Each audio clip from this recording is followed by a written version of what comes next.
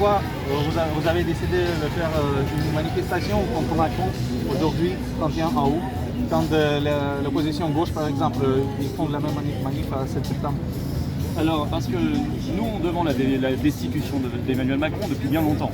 On a fait des manifestations il y a des mois et des mois où on scande destitution, Macron destitution, la seule solution c'est la destitution, depuis des mois. Et on exige qu'un groupe parlementaire, parce que c'est eux qui peuvent agir, déclenche l'article 68 par une motion de destitution. Un groupe le fait, peu importe lequel.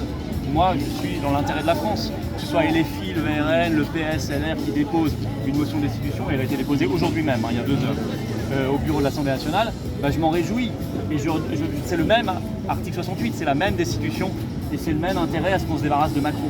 Donc nous sommes cohérents et nous faisons pression par cette manifestation sur chaque député de tous les partis pour que maintenant ils votent l'article 68, la destitution de Macron, qu'ils pensent à la France. Le choix il est binaire aujourd'hui. Soit vous votez la destitution pour se débarrasser de Macron, soit vous sauvez la peau de Macron. Il n'y a pas d'autre choix. Tout autre prétexte, c'est un prétexte qui n'est pas acceptable parce que la situation de la France est bien trop grave pour qu'on puisse faire la fine bouche. Vous êtes sûr que ça va marcher, la destitution? Je ne suis sûr de rien, mais si je ne menais des combats que pour les choses pour lesquelles je suis sûr, alors je ne mènerai aucun combat. Que peuvent-vous faire? Par principe, l'histoire est faite de plein de combats qui sont perdus d'avance. Mais on les mène et parfois, par un hasard de la mobilisation, un hasard de la providence, le combat est réussi, il est gagné. Ce qui est certain, c'est que les combats qui ne sont pas menés sont sûrs d'être perdus. Ça, c'est la seule expérience que j'ai. Pour le reste, nous avons le devoir de nous mobiliser. Nous avons quand même un président qui nous ruine, qui nous mène à la guerre, qui est en train de réaliser cet été un véritable coup d'État. On a voté, mais on s'en fout complètement. Il a dit « je ne suis pas tenu par les résultats des élections ». Au moins, c'est clair. Un président qui nous met sous tutelle de l'Union européenne. On doit remettre notre document à Bruxelles avant le 20 septembre. Qui obéit à l'OTAN, qui est embarrassé par plein d'affaires, de corruption, etc. Et on hésiterait encore, mais je veux dire, moi, un député qui ne vote pas à la destitution, quel que soit son parti politique, c'est un traître à la nation. Je le dis clairement. Aujourd'hui, la France est très mal en point, elle est attaquée par ce pouvoir, et donc le devoir, c'est de voter à la destitution. Il n'y a pas d'autre chose à faire. Je peux poser une question par rapport à l'arrestation du Rof du Télégramme. Je me suis beaucoup exprimé là-dessus. Qu'est-ce que j'en pense? Que du mal. Mais je ne suis pas très surpris. Il y a une véritable guerre qui est menée contre la liberté d'expression en ce moment. On voit bien avec les attaques contre Elon Musk et X, la fermeture aujourd'hui même au Brésil d'ailleurs, par un juge mondialiste, très connu là-bas, Alexandre de Moraes, par les attaques contre Rumble, déjà interdit en France, par le règlement européen DSA, la lettre de Breton à Musk cet été. On voit bien que c'était un été très rude pour la liberté. Et d'attaques massives contre la liberté d'expression. S'ajoute pour Telegram un contexte avec la Russie, évident. Il faudrait être aveugle pour ne pas le voir. Pavel Durov probablement a été perçu comme pro-OTAN il y a quelques années, le meilleur copain de Macron. Il s'est manifestement retourné et il est maintenant beaucoup plus enclin à défendre la Russie. Et donc il est devenu un ennemi, alors que Telegram n'a pas changé. Vous voyez, comme quoi c'est vraiment la démonstration des doubles standards. Avec le même produit, vous êtes le meilleur ami du système, et un an plus tard, vous devenez le meilleur ennemi, parce que les intérêts du système ne sont plus les mêmes. Et ça, c'est quand même une vraie démonstration. Vous êtes utilisateur vous-même de Telegram? Nous, on a un canal, moi j'utilise assez peu, je veux dire, assez personnel de Telegram. Il paraît que Macron est un très gros utilisateur. Il continue à l'utiliser d'ailleurs, et peut-être aussi qu'il craint que certaines choses sortent. Puisqu'il n'a peut-être pas été très prudent pendant des années et des années en utilisant Telegram. Mais non, on a un canal Telegram, les Patriotes. C'est bien, c'est utile et je suis pour la préservation de Telegram et je suis pour la préservation de tous les réseaux sociaux d'ailleurs et la liberté totale parce que je suis contre la censure. Vous pensez, est-ce que c'est sécurisé selon vous? Alors moi je suis pas du tout informatique. Donc moi je ne mettrai jamais rien d'extraordinaire sur les réseaux sociaux, je vous le dis, parce que je suis méfiant par nature. Je ne sais pas à quel point c'est sécurisé ou pas, piqué ou pas, je suis pas suffisamment connaisseur, mais je pense que ça dépasse même ce sujet-là. Je pense que c'est le sujet de la liberté d'expression. Quand les masses peuvent s'exprimer ou ne peuvent pas s'exprimer, ça n'est pas la même chose à la fin. Et là aujourd'hui on veut qu'elles ne puissent plus s'exprimer. Je vous signale que cet été on a aussi eu le retrait de C8 de la TNT. Vous voyez, c'est des petits signaux comme ça, qui sont quand même assez inédits, assez inquiétants. Est-ce que vous avez pensé que la prochaine étape, c'est ce jour où Pavel Durov a été interpellé? Oui, c'est un signe important. Ah oui, oui, c'est une première mondiale. Même Le Monde a écrit première mondiale. Jamais un patron de réseau social n'avait été mis en prison, n'avait été arrêté. Alors, je sais qu'on lui a tout collé sur le dos. Il est responsable de terrorisme, de pédocriminalité, de trafic de drogue. Il a tout sur le dos. Bon.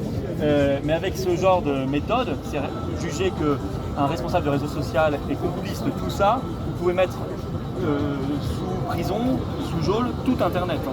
C'est facile, hein. Vous tirez le fil et vous dites que tout le monde est complice. Hein. Ce qui se passe en France maintenant a une tournure internationale au niveau de la liberté d'expression. Oui, parce que Macron est un pion très zélé du système oligarchique.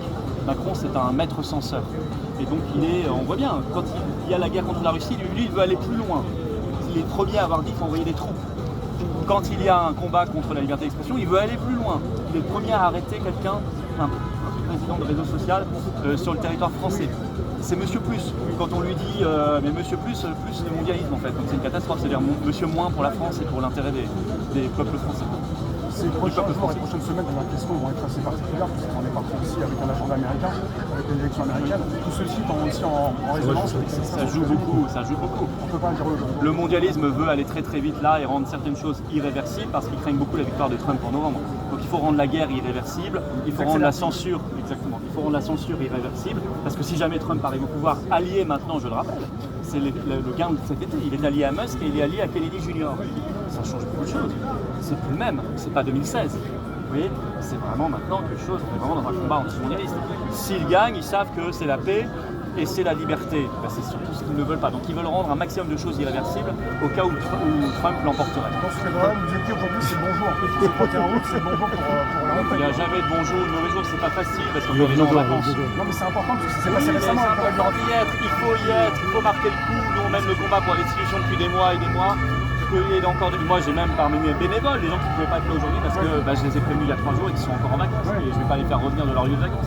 Quand ils sont à 1000 km. Ça vous a fait réagir, Pavel Durov. Mais oui, Pavel Durov et puis le dépôt d'une motion de destitution au Parlement. Ça fait 7 ans, ça fait des années qu'on la réclame.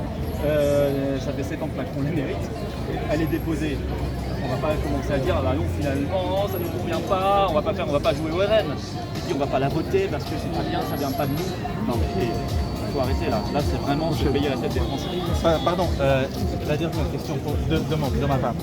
Sur l'Ukraine, vous avez dit que Macron était pour avoir envoyé les troupes à l'Ukraine, mais après la dernière rencontre des chefs de diplomatie européens, ils n'ont pas accordé cette permission. Et maintenant, c'est-à-dire qu'il a cherché les troupes, il n'en a pas trouvé en fait. C'est aussi parce qu'on en a plus beaucoup. Mais maintenant, par exemple, le général Delarat, vous connaissez peut-être, il dit que l'Ukraine a commencé à perdre beaucoup de terrain malgré son incursion dans la région de Kursk.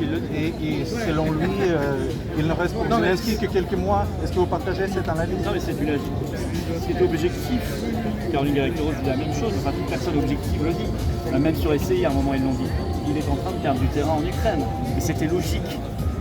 Lui faire croire qu'il pouvait gagner la guerre était une folie criminelle, parce que c'était pousser à la guerre des Ukrainiens qui allaient mourir pour rien. Et ça, on l'entretient par l'argent et par les armes et par la fausse croyance que ça va, cette fois-ci, ça va gagner et ça ne marchera pas. Et ils le savent.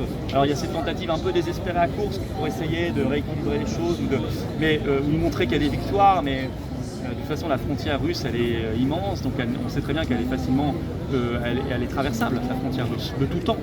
La question, c'est de savoir s'y maintenir et avancer, ça c'est autre chose. Il y en a plusieurs qui se sont cassés les dents dans cette affaire, y compris un grand Français.